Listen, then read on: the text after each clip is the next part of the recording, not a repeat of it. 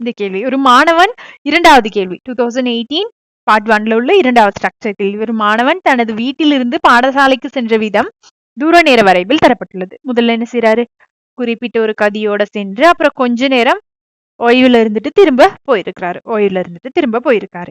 மாணவன் இடையில் தங்கியிருந்த நேரத்தை எப்படி கண்டுபிடிக்கலாம்னா, இங்க பாருங்க, நேரம் கூடும் போது தூரம் கூடிட்டே போகுதுன்னா அவர் ஒரு குறிப்பிட்ட கதியோட போயிருக்கிறாரு, குறிப்பிட்ட கதியோட. ஆனா இங்க பாருங்க, இந்த 30ல இருந்து 50 நிமிடத்தை பார்க்கும்போது நேரம் அதிகரிச்சுக்கிட்டே இருக்கு, ஆனா அவரு சென்ற தூரத்துல எந்த ஒரு மாற்றமுமே இல்லை அப்படின்னா அவர் என்ன செய்வாருன்னா அந்த நேரத்துல ஓய்வுல இருந்திருப்பாரு. ஆகவே அவர் ஓய்வில் இருந்த இடையில் தங்கி இருந்த நேரம் அப்படின்னா இந்த நேரத்துல தானே அவர் ஓய்வுல இருக்கிறாரு. இது எவ்வளவு நேரம்? 30ல இருந்து 50னா மொத்தம் 20 நிமிடங்கள் அவரு ஓய்வுல இருந்திருப்பாரு. 20 நிமிடங்கள். சரி, அடுத்தது அவன் முதல் 30 நிமிடத்தில் சென்ற கதியை காண்க. ஓகே, கதியை கிலோமீட்டர் பர் மணித்தியாலத்தில் கண்டுபிடிக்க சொல்லியிருக்காங்க. ஓகே, கிலோமீட்டர் பர் மணித்தியாலம். ஓகே, இங்க நிமிடத்துல தந்திருக்காங்க, ஆனா நம்ம கேள்வி மணித்தியாலம். கதி கண்டுபிடிக்கிறதுக்கு என்ன சமன்பாடு அப்படின்னா, கதி சமன் தூரத்தின் கீழ் நேரம். சரி, தூரம் எவ்வளவு போயிருக்காரு முதல் 30 நிமிடங்கள்ல? தூரம் பாத்தீங்கன்னா இங்க ஆரம்பிச்சு 30 நிமிஷம் வரைக்கும் இவ்வளவு தூரம் போயிருக்கிறாரு. அதாவது 6 கிலோமீட்டர் போயிருக்கிறாரு. எவ்வளவு நேரத்துல? 30 நிமிடம். 30 நிமிடத்தை நம்ம இங்க விடை கிலோமீட்டர் பர் ஹவர்ல கேட்டிருக்கனால 30 நிமிடம்ன்றது அரை ஹவர். அப்படின்னா அரை ஹவர்னா 0.5 ஹவர் அப்படின்னு எழுதுவோம். அப்ப டிரெக்டா நம்ம விடைய கண்டுபிடிச்சிடலாம். சரியா? டிரெக்டா விடைய கண்டுபிடிக்க கூடியதா இருக்கும். அப்ப 6 0.5 நீங்க பிரிக்கணும். சரியா? 6 0.5 அப்படின்னா இத நம்ம தசத்தை இல்லாமக்க என்ன செய்யணும்னா மேலையும் கீழையும் 10 பெருக்கும். அப்ப 60 கீழ் இத 10 பெருக்குனா 5, 60 கீழ் 5.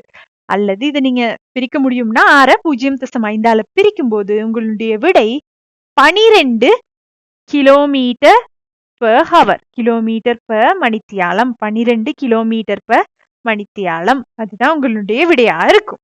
6 அரைவாசியால பிரிச்சா என்ன செய்யணும்னா, இது தசத்துல பெரும்பாலும் பிரிக்கும் போது பகுதி எண்ணையும் தொகுதி எண்ணையும் 10 பெருக்கும். மேல 10 பெருக்குனா 60, கீழே 10 பெருக்குனா 5.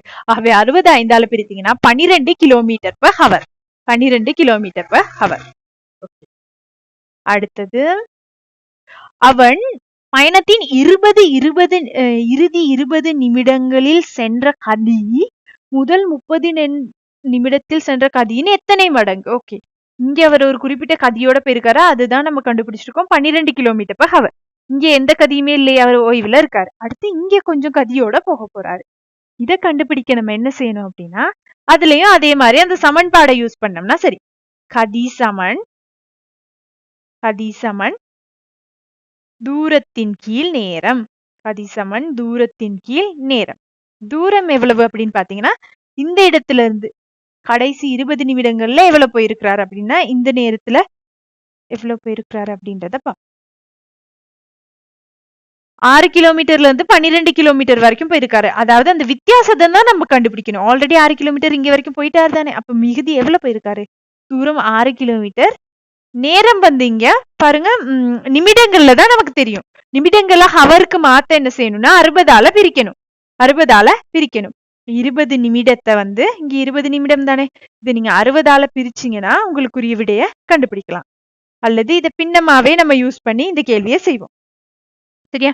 பின்னமாவே யூஸ் பண்ணி செய்வோம். 20 60 பிரித்தோம்னா எவ்வளவு வரும்? இதையும் சுருக்கிடலாம்.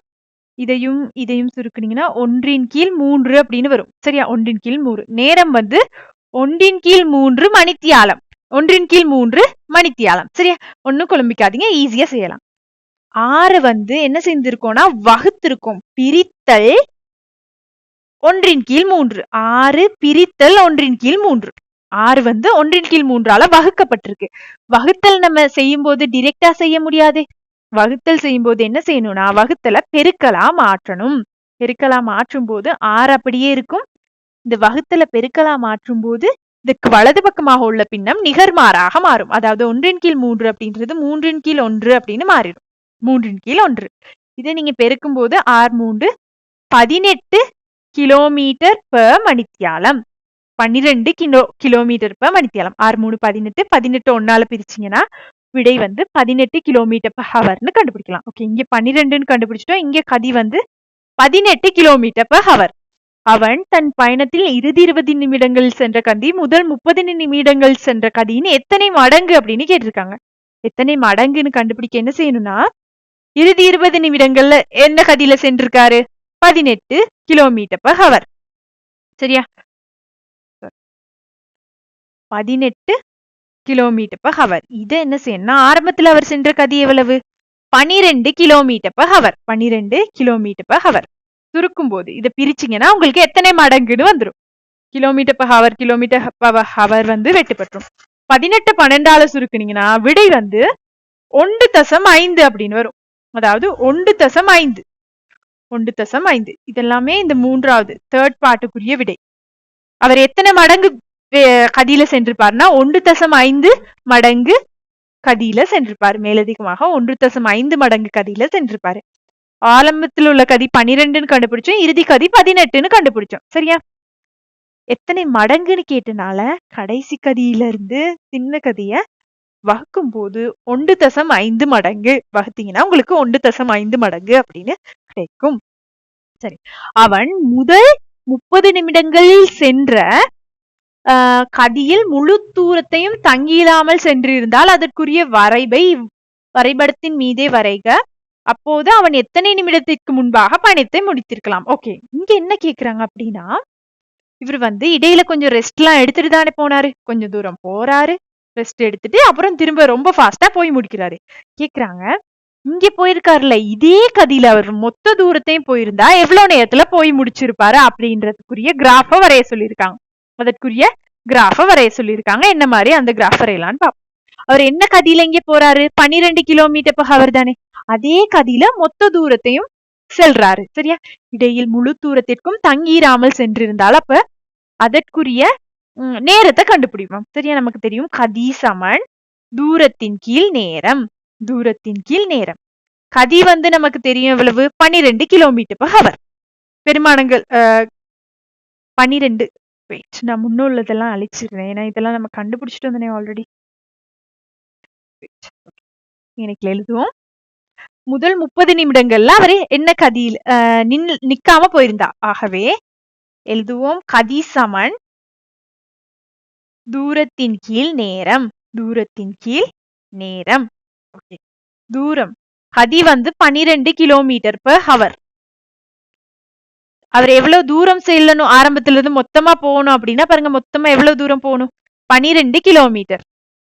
இதற்குரிய நேரத்தை தான் நம்ம கண்டுபிடிக்க போறோம். இதற்குரிய நேரத்தை தான் கண்டுபிடிக்க போறோம். சரியா? நேரத்தை கண்டுபிடிக்கிறதுக்கு என்ன செய்யணும்னா, இங்க பாருங்க, இங்க நேரம் என்ன செய்யப்பட்டிருக்கு? வகுக்கப்பட்டிருக்கா?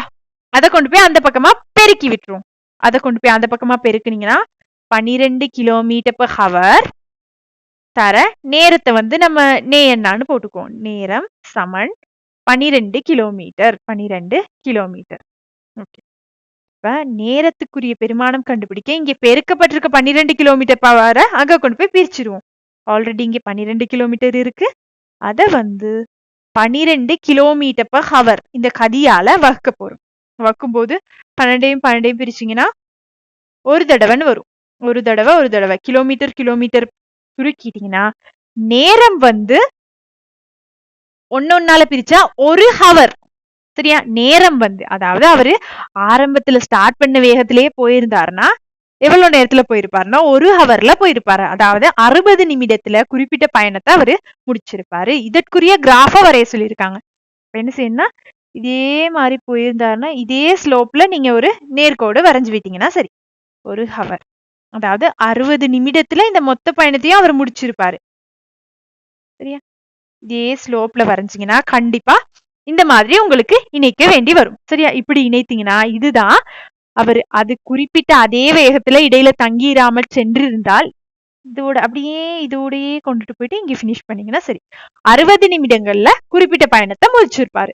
சரியா? 60 நிமிடங்கள்ல குறிப்பிட்ட பயணத்தை முடித்திருப்பார். இன்னொரு கேள்வி கேட்கிறாங்க, அப்போது அவன் எத்தனை நிமிடத்துக்கு முன்னாக பயணத்தை முடித்திருக்கலாம்? இப்போது பார்த்தோம்னா அவர் 70 நிமிடத்துல முடிக்கிறாரு.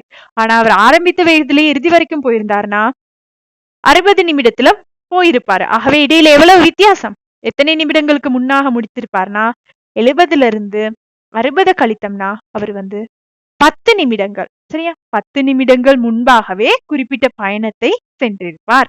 10 நிமிடங்கள் முன்பாகவே குறிப்பிட்ட பயணத்தை சென்றிருப்பார். சரியா? இன்னொரு முறை லாஸ்ட் பாட்டை பார்ப்போம். முதல் 30 நிமிடங்கள் சென்ற கதியிலே போறாருன்னா கதி நமக்கு தெரியும், 12 கிலோமீட்டர் per hour. சரியா? 12 கிலோமீட்டர் per hour. அதே கதியில தூரம் எவ்வளவு? தூரமோ அதே தூரம் தானே, 12 கிலோமீட்டர். அத போக போறாருன்னா அந்த பெருமானங்களை பிரதியிட்டு 12 கிலோமீட்டர் per hour சமன் தூரத்துக்கு 12 கிலோமீட்டர், நேரத்தையும் பிரதிட்டீங்கன்னா அடுத்து இந்த வகுக்கப்பட்டிருக்க நேரத்தை குறுக்க கொண்டு பெருக்குவோம். 12 தர நேரம் 12க்கு சமன். அவே இந்த 12 இந்த பக்கமா கொண்டு போய் பிரிச்சிங்கன்னா 12 12 சுருக்கப்படும், கிலோமீட்டர் கிலோமீட்டர் சுருக்கப்படும், ஒண்டால பிரிச்சிங்கன்னா ஒரு ஹவர், அதாவது நேரம் 1 ஹவர்ல போயிடுவாரு. அப்ப அதற்கு ஏத்த மாதிரி ஒரு வரைப வரையணும்.